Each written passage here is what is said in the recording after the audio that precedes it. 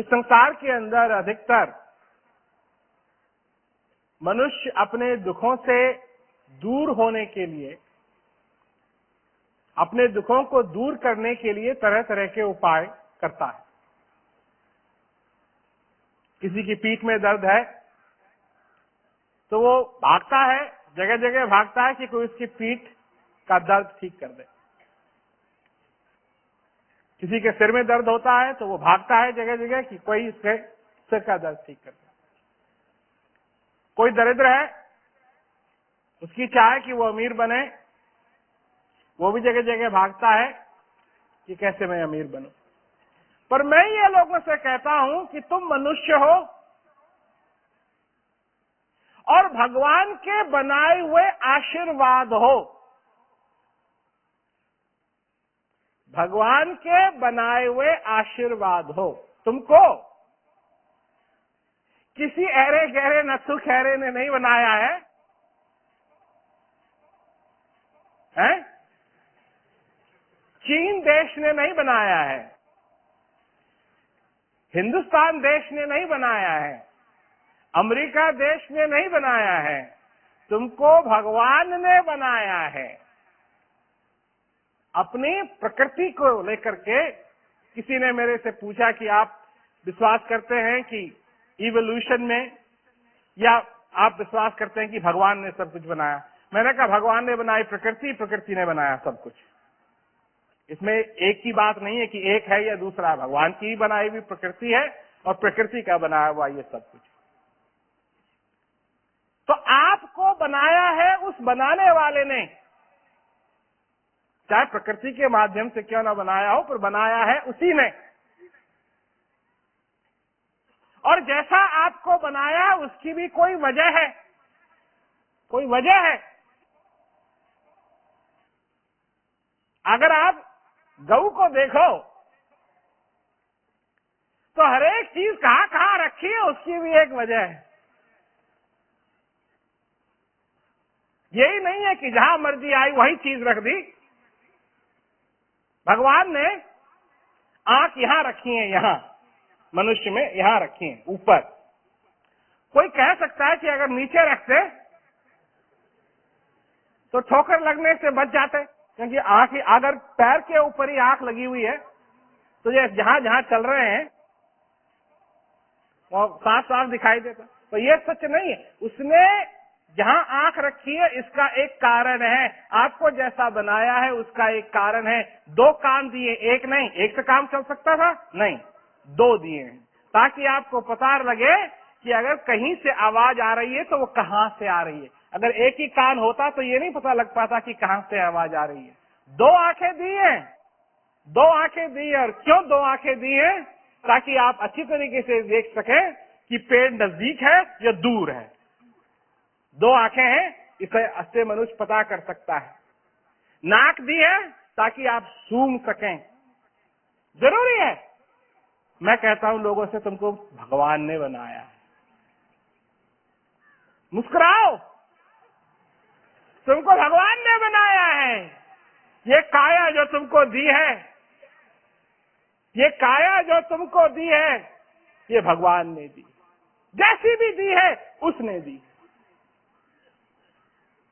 मुस्कुराओ कि भगवान तुम पे कृपा कर रहे हैं। किस रूप में? कि नर्तन भववारिद कहूं वेरो, सन्मुख मरुत अनुग्रह मेरो। इस श्वास का आना जाना ही मेरी कृपा है। भगवान तुम पे एक नहीं, एक नहीं, अनेक कृपा कर रहे हैं। ये जो श्वास तुम्हारे अंदर आ रहा है, जा रहा है, इसको लेकर के ये उनकी कृपा है। तुम लोग कहते हैं भगवान अगर तू है तो अपने को मेरे को दिखा दे कि स्पष्ट हो जाए मेरे लिए। भगवान तुम्हारे लिए स्पष्ट कर रहा है। किस रूप में स्पष्ट कर रहा है? अपने रूप में स्पष्ट कर रहा है। और क्या दे रहा है तुमको? इस श्वास का आना जाना ही मेरी कृपा है, ये कहते हैं भगवान। इसको समझने के लिए क्या चाहिए? करुणधार सदगुरु दृढ़ नावा, दुर्लभ काज सरल करिका।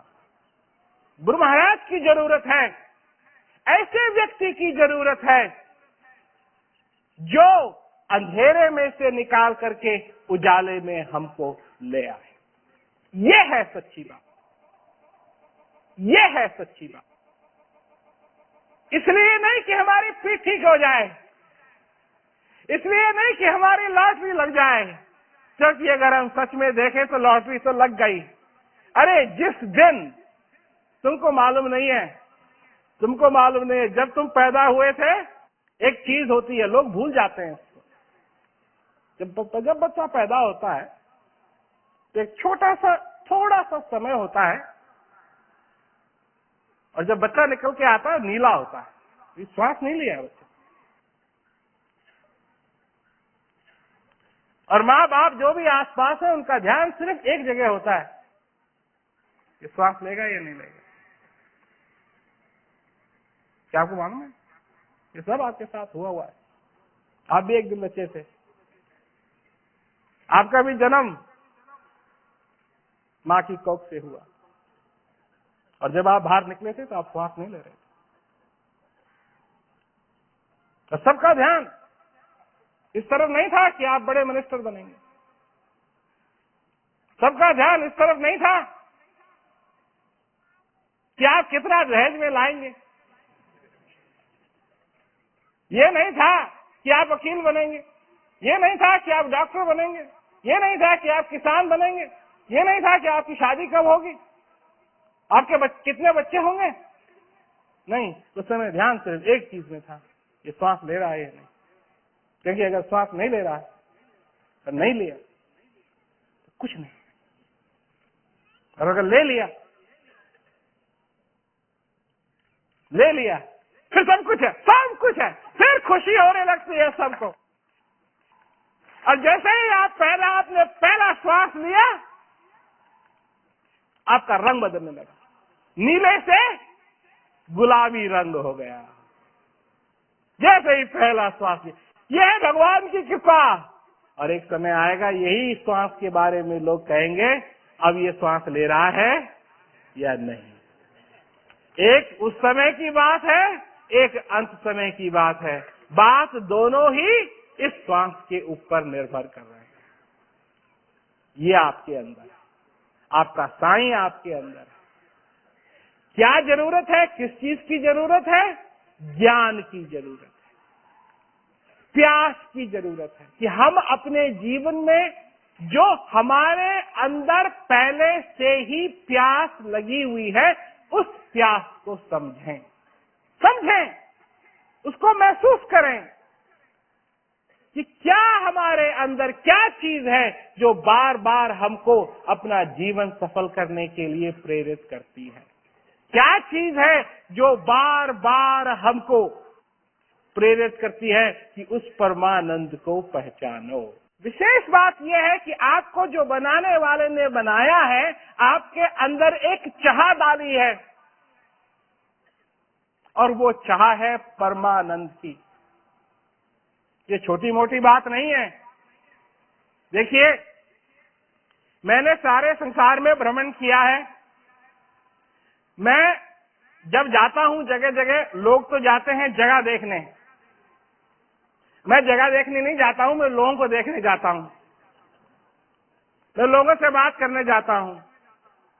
और ये मैंने अनुभव किया है,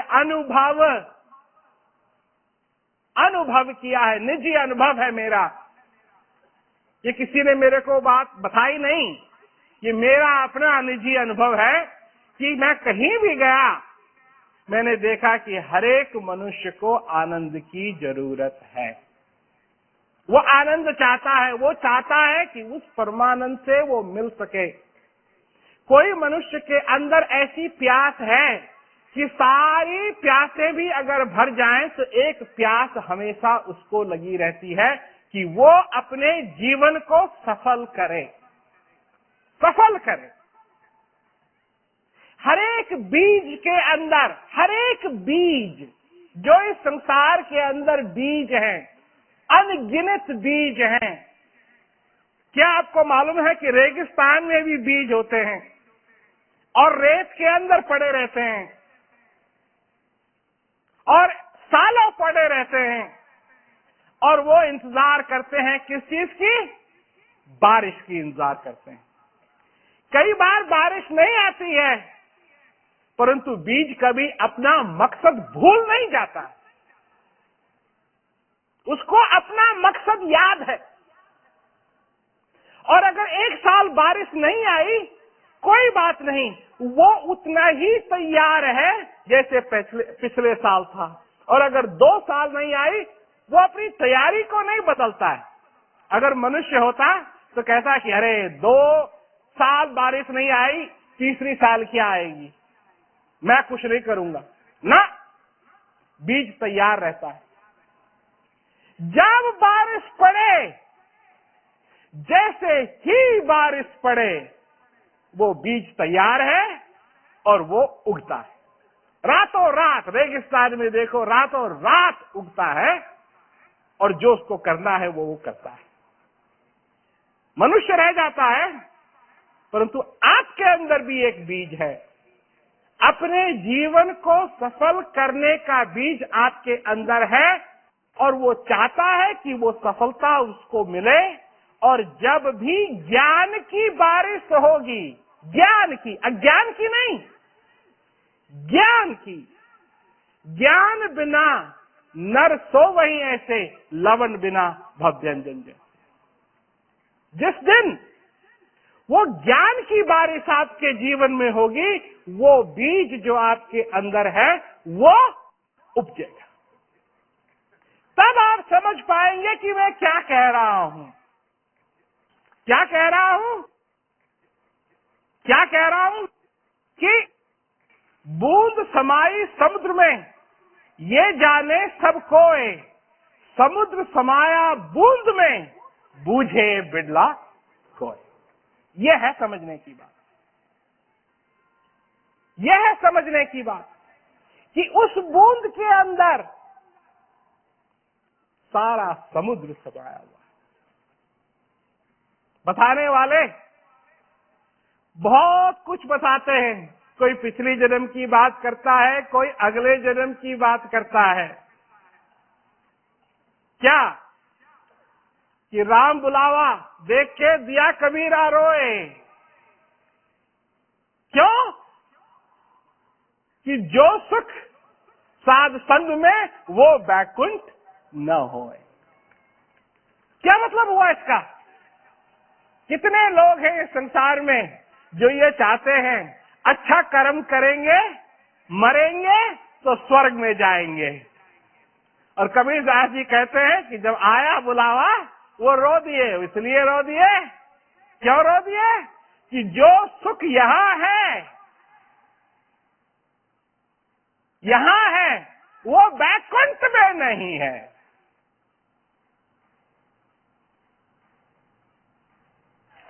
पर देखिए बात यह है कि अगर आपने उस सुख का अनुभव नहीं किया है ना, तो ये सिर्फ बात ही बात है। और बात तो हजारों होती रहती हैं। जब तक आपको उस वैकुंठ के सुख का अनुभव जीते जागते नहीं हो जाएगा, तब तक सारी की सारी बातें अधूरी। तब तक सारी की सारी बातें अधूरी। क्या मतलब हुआ इसका? इस संसार के जितने भी दुख हैं, जितने भी सुख हैं, ये आएंगे भी और जाएंगे भी। ये आएंगे भी और जाएंगे भी। बात यह है कि दुख से दुखी ना हो। बस दुख को नहीं रोक सकते, पर दुख से दुखी ना हो। बारिश को आप नहीं रोक सकते, परंतु भीगने की आपको जरूरत नहीं है। यह है बात, यह है बात। गर्मी, सूरज तो चमकेगा, गर्मी करेगा, परंतु अगर आपको गर्मी लगे तो छाया में बैठ जाओ, आपको गर्म होने की जरूरत नहीं। ज्ञान रूपी वृक्ष की छाया में बैठ के आप अपने जीवन का आनंद ले सकते हैं और जान सकते हैं कि आपके जीवन के अंदर क्या संभावना है। कि कैसे क्या है कि कबीर माला काट की बहुत यतन कर फेर, माला श्वास अश्वास की जामे गांठ न मेर।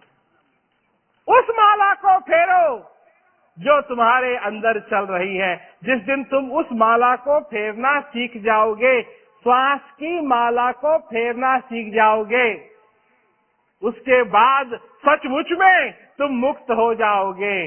वो उसको कहते हैं मुक्ति। अगर सचमुच में भगवान का सुमिरन करना है तो समझो, माला फिरू न कर फिरूं, जिभ्या कहे न राम, सुमिरन मेरा हरि करे, मैं पाऊं विश्राम। ये समझने की बात है कि माला फिरू न कर फिरूं और जिभ्या कहे न राम, सुमिरन मेरा हरि करे, मैं पाऊं विश्राम। ये क्या हुआ? लोग तो कहां नहीं भागते हैं, परंतु क्या कहा है कि कुछ करने की जरूरत नहीं है और वो परमेश्वर, वो ईश्वर मेरा सुमिरन मेरे लिए कर रहा है।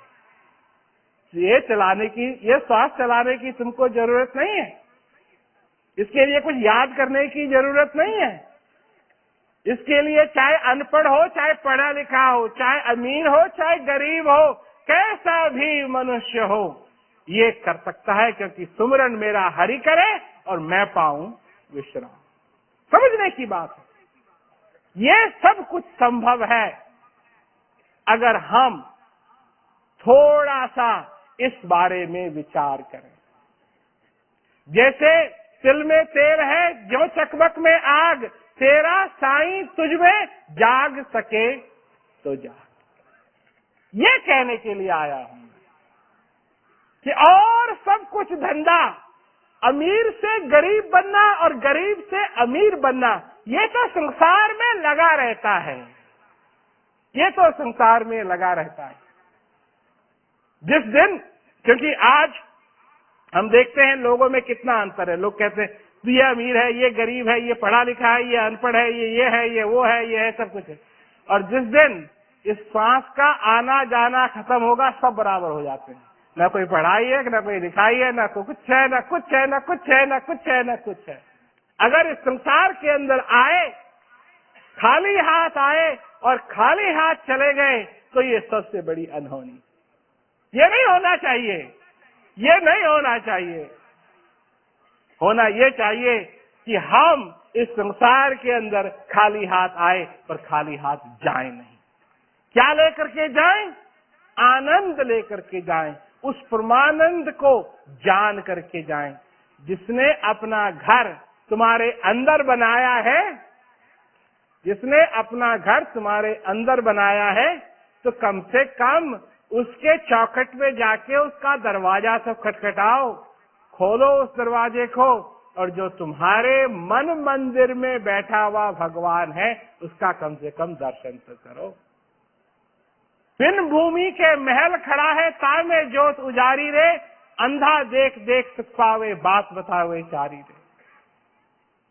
ऐसा महल तुम्हारे अंदर है। और बिना बजाए निस्तिन बाजे, घंटा शंख नगारी रे, बहरा सुन सुन मस्त होता है तन की खबर विसारी रे। ये है चल रहा तुम्हारे अंदर। क्या तुमको मालूम है ये सब कुछ हो रहा है तुम्हारे अंदर है? और लोग कहते हैं कि जी हमको लोग बताते नहीं है, या लोग हमसे कहते हैं कि आज की इतनी अच्छी बात है तो हमको भी बता दो। रहीमन बात अगम्य की, कहा सुने की ना आए, जो जानत वो कहत नहीं, कहत तो जानत ना है। अगम्य की बात है, अनुभव करने की चीज है। अपने जीवन में इस चीज का जब तक अनुभव नहीं करोगे तब तक ये समझ में नहीं आएगी, नहीं आएगी।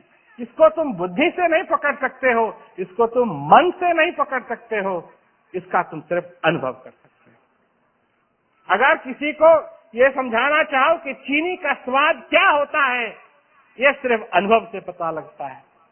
माँ अपने बच्चे को कितनी बार कहती है, इसको मत छू, ये गर्म है, इसको मत छू, गर्म है, अगर छुएगा तो जलेगा, इसको मत छू, ये गर्म है। परंतु बच्चा है क्या, जब तक वो छू नहीं लेगा और जब तक वो जल नहीं जाएगा थोड़ा सा, तब तक उसको समझ में नहीं आएगी कि ये माँ कह क्या रही है? विज्ञान है, विज्ञान कहता है कि अगर किसी चीज के नीचे आग जलाओ तो वो चीज गर्म हो जाएगी, जैसे आग गर्म है वो भी गर्म हो जाएगी। जब रोटी बनाते हैं, तवा रखते हैं आग के ऊपर और रोटी लगाने से पहले क्या करते हैं? हाथ से देखते हैं गर्म है। विज्ञान कहता है तुमको देखने की जरूरत नहीं है, विज्ञान कहता है तुमको देखने की जरूरत नहीं है, रोटी डाल दो। तो जिसने रोटी बनाई है वो जानता है अच्छी तरीके से, माता बहनें जो यहाँ हैं वो जानती हैं अच्छी तरीके से कि छू लेने से पता लग जाता है कितना गर्म है, और उसके आधार पे अगर ज्यादा गर्म है तो उसको नीचे कर दो या आग नीचे कर दो, और अगर कम गर्म है थोड़ा और रहने दो, रोटी को लगाने से पहले मालूम पड़ जाए। तुम्हारे को भी यही करना है अपने जीवन में कि उस परमपिता, आज तक भगवान तुम्हारे लिए एक नाम है, परमपिता परमानंद एक नाम है, और तुम्हारे जीवन में जब तक उसका अनुभव नहीं हो जाएगा तब तक वो नाम से नहीं बदल करके दूसरा रूप लेगा जो अनुभव का रूप है। और अनुभव इस संसार के अंदर संभव है, संसार में रहते हुए संभव है। तुमको ये सब कुछ त्यागने की जरूरत नहीं है, जो कुछ भी तुम करते हो करो और खूब करो, परंतु अपने अंदर जो परमपिता है उसका भी दर्शन करें। लोग कहते हैं ये असंभव है, लोग कहते हैं दान पुण्य करो तब जाकर के सब कुछ होगा। अगर दान करना है तो अपने अभिमान का दान करो, छोड़ो अपने अभिमान को, क्योंकि कहा है कि फिक्र सभी को खा गया, फिक्र सभी का पीर, और जो फिक्र को फाका करे उसका नाम फकीर। तो खा गया सारी दुनिया को, अच्छे अच्छों को, बड़ा बड़ा क्या कहते हैं, सब कुछ लोग करते हैं, परंतु जहां असली बात आती है वहां चूक जाते हैं। कोई कहता है ये करो, कोई कहता है वो करो, और हम कहते हैं अपने परमानंद को जान करके अपने जीवन को सफल करो। बस लोग हमसे ये कहते हैं कि अच्छा अब क्या करें हम? अरे खोजो, ढूंढो, सारे संसार में ढूंढो, मिले तो अच्छी बात है और न मिले तो हमारे पास आओ, हमारे पास। हम किसी से जबरदस्ती नहीं करते हैं, हम किसी से जबरदस्ती नहीं करते हैं। हम नहीं कहते हैं कि हम ही हैं और कोई नहीं है, नहीं। अरे हमारे पास कुआं नहीं है, हमारे पास पानी का कुआं नहीं है, हमारे पास तो पानी का समुद्र है, हमारे पास पानी का समुद्र है। और जो लोग हमारे पास आते हैं हम कहते हैं जाओ नहाओ, जाओ नहाओ कूदो, कपड़े धो, तन को धो, स्वच्छ बनो, आनंद लो, और पीना है पियो जितना पीना है, ये कम थोड़ा ही होगा। ये कुआं नहीं है, ये तो पूरा का पूरा झील है, शीतल पानी से भरा हुआ। इसलिए हमको ये कहने की जरूरत नहीं है कि हम ही हैं, नहीं, खोजो जहां खोजना है, और नहीं मिले तो हमारे पास आओ, हम हैं देने के लिए हम हैं। परंतु उसी को देंगे जिसके हृदय में इसकी प्यास है, जो इसकी कदर को समझे।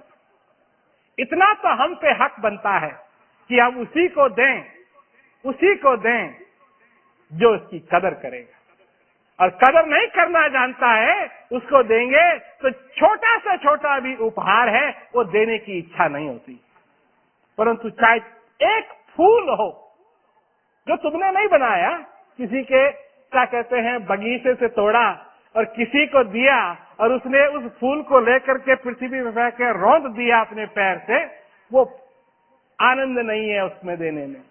और अगर एक फूल भी दिया और कोई उसको स्वीकार करे क्योंकि उसमें श्रद्धा है और उसकी देखभाल करे, इतना तो कम से कम देने वाले का हक बनता है कि उसी को दे जो उसकी कदर करेगा।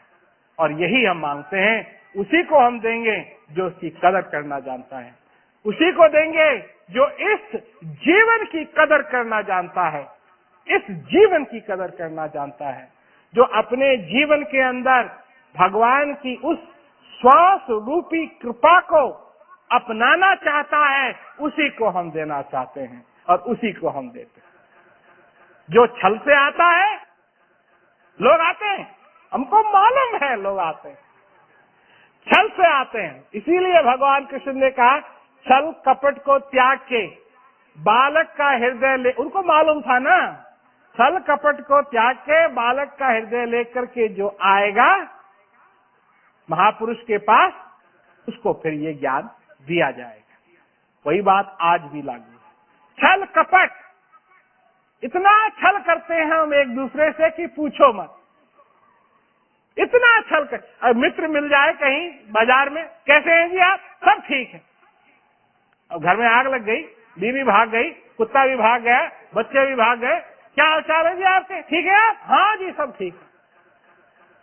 अंदर बेचैन हो रहे हैं, 2 रात सोए नहीं, सब कुछ लुट लुटा गया, ठीक है जी आप, हाँ सब कुछ ठीक है। यही बात होती है, छल कपट। अभी मैं सुनाता हूं लोगों को, लोग सब्जी लेने के लिए जाते हैं, सब्जी लेने के लिए जाते हैं, उनको मालूम है कि सब्जी बेचने वाला सब्जी का भाव उसने बढ़ा रखा है। जब तो कहते हैं कि नहीं 10 रुपए में नहीं 8 रुपए में दो, तो कहता है ठीक है जी 8 रुपए में ले लो। तुम तो खुश हो जाते हो, 10 रुपए की चीज 8 रुपए में मिल गई, पर पीछे मुड़ के देखो वो भी हंस रहा है, सब्जी वाला भी हंस रहा है। वो इसलिए हंस रहा है कि उसने आपको 4 रुपए की चीज 8 रुपए में बेच दी, वो इसलिए हंस रहा है, और तुम इसलिए हंस रहे हो कि तुमने 10 रुपए की चीज 8 रुपए में खरीदी। अरे हंस तो कोई और रहा है, तुम समझते हो तुमने एक अच्छा सौदा किया, परंतु अगर सचमुच में तुम सौदा करना चाहते हो तो जानो कि ये क्या मिला है। क्योंकि अगर तुमने इस जिंदगी को फेंक दिया,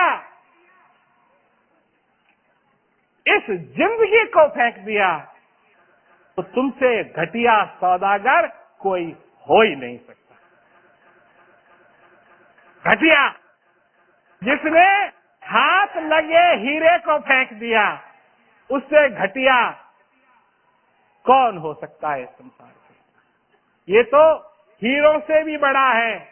एक एक श्वास, इस संसार के अंदर इतना पैसा नहीं है कि तुम एक श्वास खरीद सको।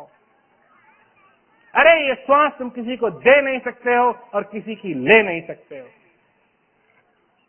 लोग कहते हैं कि हाय मेरी सारी उम्र तुझको लग जाए, नहीं लगता, लगा सकते हैं। वो ऊपर का जो विभाग है वो सबका खाता अलग अलग रखता है, इधर का खाता इधर नहीं जा सकता है। जो है तुमको मिला है उतना ही मिलेगा, न ज्यादा मिलेगा न कम मिलेगा, न इसको तुम बढ़ा सकते हो न तुम इसको चढ़ा सकते हो। परंतु आज इतना समझ लो, चाहे और कुछ समझो न समझो, इतना समझ लो कि तुम्हारे हाथ हीरा लगा है, सबसे कीमती हीरा लगा है, ये जीवन तुम्हारे हाथ लगा है। और कुछ किसकी कदर नहीं समझी तो फेंक दिया, परंतु इसकी कदर करो, इसको मत फेंको, क्योंकि ये बार बार नहीं मिलेगा, ये बार बार नहीं मिलेगा। क्योंकि एक दिन आएगा मैं सांस के लिए मोहताज हो जाऊंगा, ये आएगा जाएगा फिर आएगा नहीं, और ये मैंने अपनी आंखों से देखा। मैं सिर्फ बात नहीं कह रहा हूं, मैंने देखा।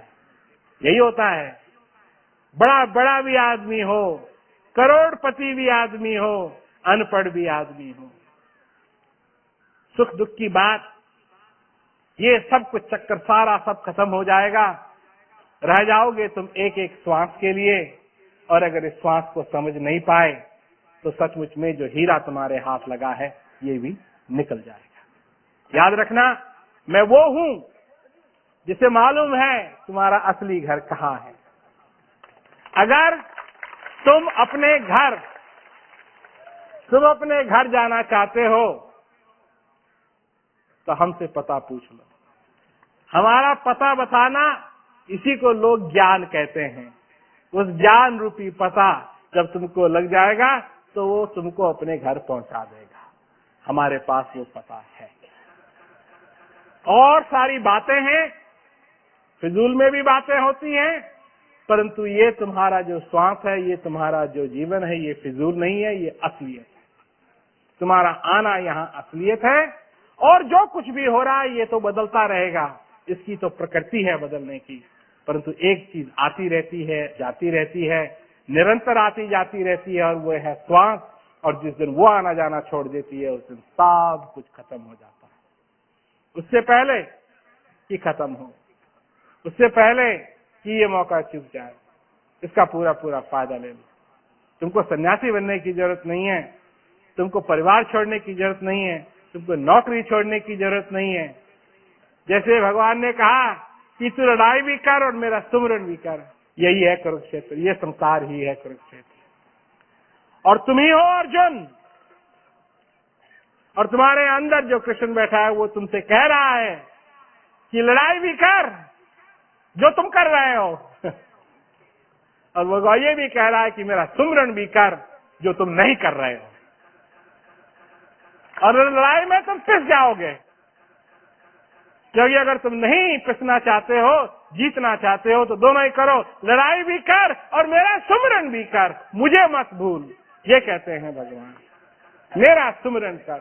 और कैसा सुमरन कि माला फिरू न कर फिरू, जिभ्या कहे न राम, सुमरन मेरा हरि करे, मैं पाऊं विश्राम। ऐसा सुमरन चाहिए, ये कलयुग है, इसीलिए ऐसा ही सुमरन चाहिए, और नहीं चलेगा, और नहीं चलेगा। तो बहुत बहुत धन्यवाद कि आप सब लोग यहाँ आ सके, आपने हमारी बात सुनी, विचार कीजिए, और उसके बाद सारा रास्ता आगे खाली हुआ है, और इस जीवन को जरूर सफल बनाइए। सभी लोगों को बहुत बहुत दुआ करें।